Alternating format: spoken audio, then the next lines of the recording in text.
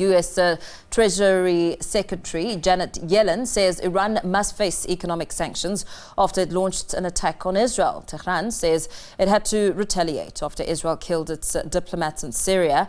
The United States today unveiled fresh sanctions on Iran. The U.S. Treasury Department announced that 16 individuals and 2 entities enabling Iranian drone production have been sanctioned. Tensions have escalated in the Middle East.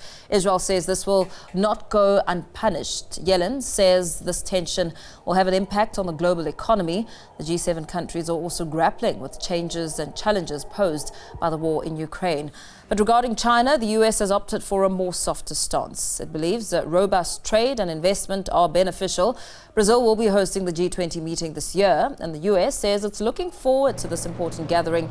G7 finance ministers are expected to discuss these issues on the margins of the IMF and World Bank spring meetings in Washington, D.C. this week. Treasury will not hesitate to work with our allies to use our sanctions authority to continue disrupting the Iranian regime's malign and destabilizing activity. Heightened vulnerabilities from challenges including climate change, pandemics, and fragility and conflict pose risks to global growth and development. No one country can tackle these issues alone, nor is bilateral action sufficient, so we've pushed for decisive and coordinated action. Let's expand on this matter. We're joined by Thembisa Fakude, who's a Senior Research Fellow and Director of the Africa-Asia Dialogues. A very good evening to you. Thank you so much for your time and welcome to the late edition. I mean, US President Joe Biden has said that G7 leaders are now committed to increasing pressure on Tehran. What should we make of this? I mean, what are your views on this matter? Very, very confusing. It kind of, betrays the international system as we understand it. It betrays the common political behavior amongst countries, and all that developing nations particularly were kind of taught, in inverted commas, by the powers that be on how to behave in international politics. I mean, here's a country that was a victim of an attack by Israel on April the 1st. 7 senior officials from Iran were killed when the consulate of Iran was attacked in Damascus, Syria, by Israel. And they had to retaliate because it's their right to do so according to international law.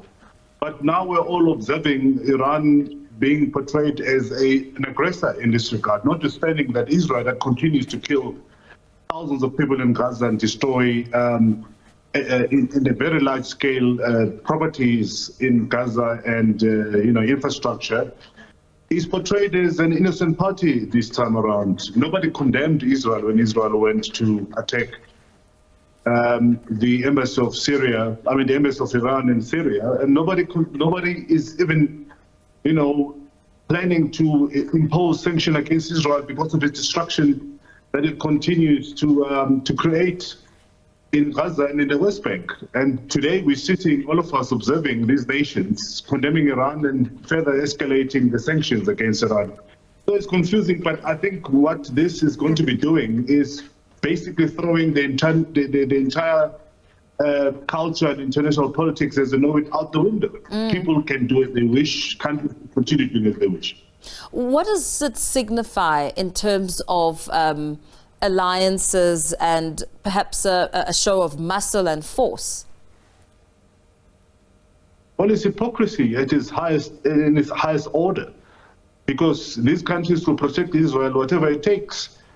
Today alone, Israel continued to bomb the Palestinians, killing dozens of Palestinians as they're busy with achieving their mission of a genocide in Palestine. And nobody condemns Israel. And you have Iran that has sent a barrage of rockets and drones into Israel, and we're told by the Israelis that very few of them landed because they were fended off by Israel and its allies. And today, the entire day, all we're talking about, we forgot about what's happening in Gaza and the atrocities that are taking place, including genocide. We're having a discussion about Iran. So what it signifies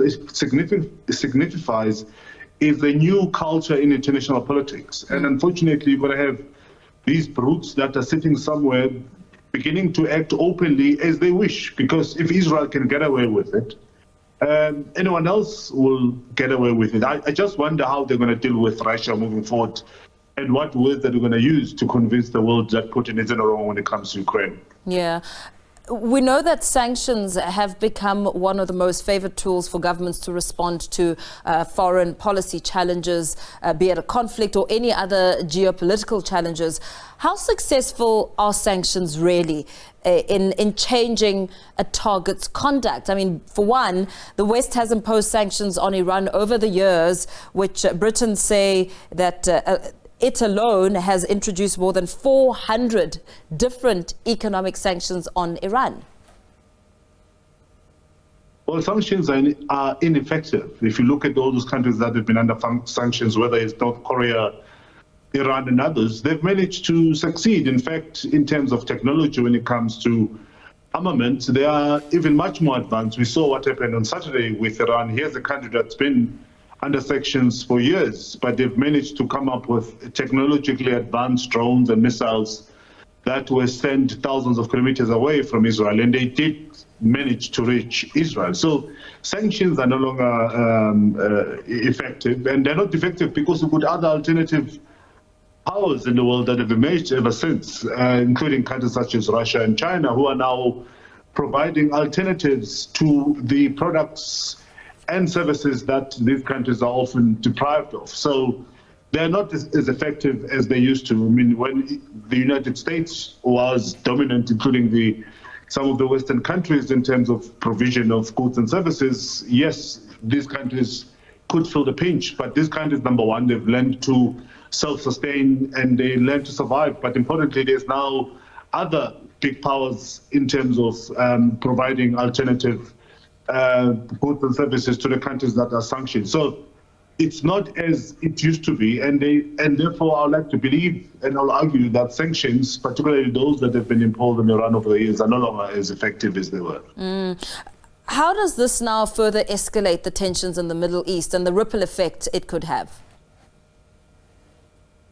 It does escalate tensions. Israel, notwithstanding that it's got its foot soldiers at the United Nations arguing the case on its behalf, has said that it was going to retaliate, notwithstanding, even though, of course, the United States and other Western allies have said that if it does retaliate, they're not going to be on Israel's side because they would like to see tensions de-escalating in the region.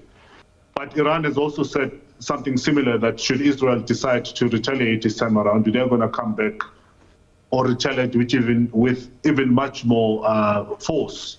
Now, Israel had to take Israel and its allies, including France, UK, Jordan, and the United States, to protect Israel from the barrage of rockets and drones on Saturday. So now one wonders if these countries are saying they're not going to be part and parcel of helping Israel to protect themselves. It means, therefore, if Iran does retaliate, Israel is likely to be hit.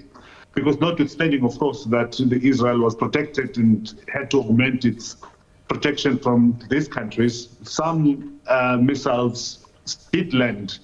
And other reports outside to what we've been told, Iran believes that, and Iran reports that they've actually had more rockets landing in Israel than it's reported by a certain media organization, including Israel and the United States. So Israel is on a back foot here. I don't think they will retaliate.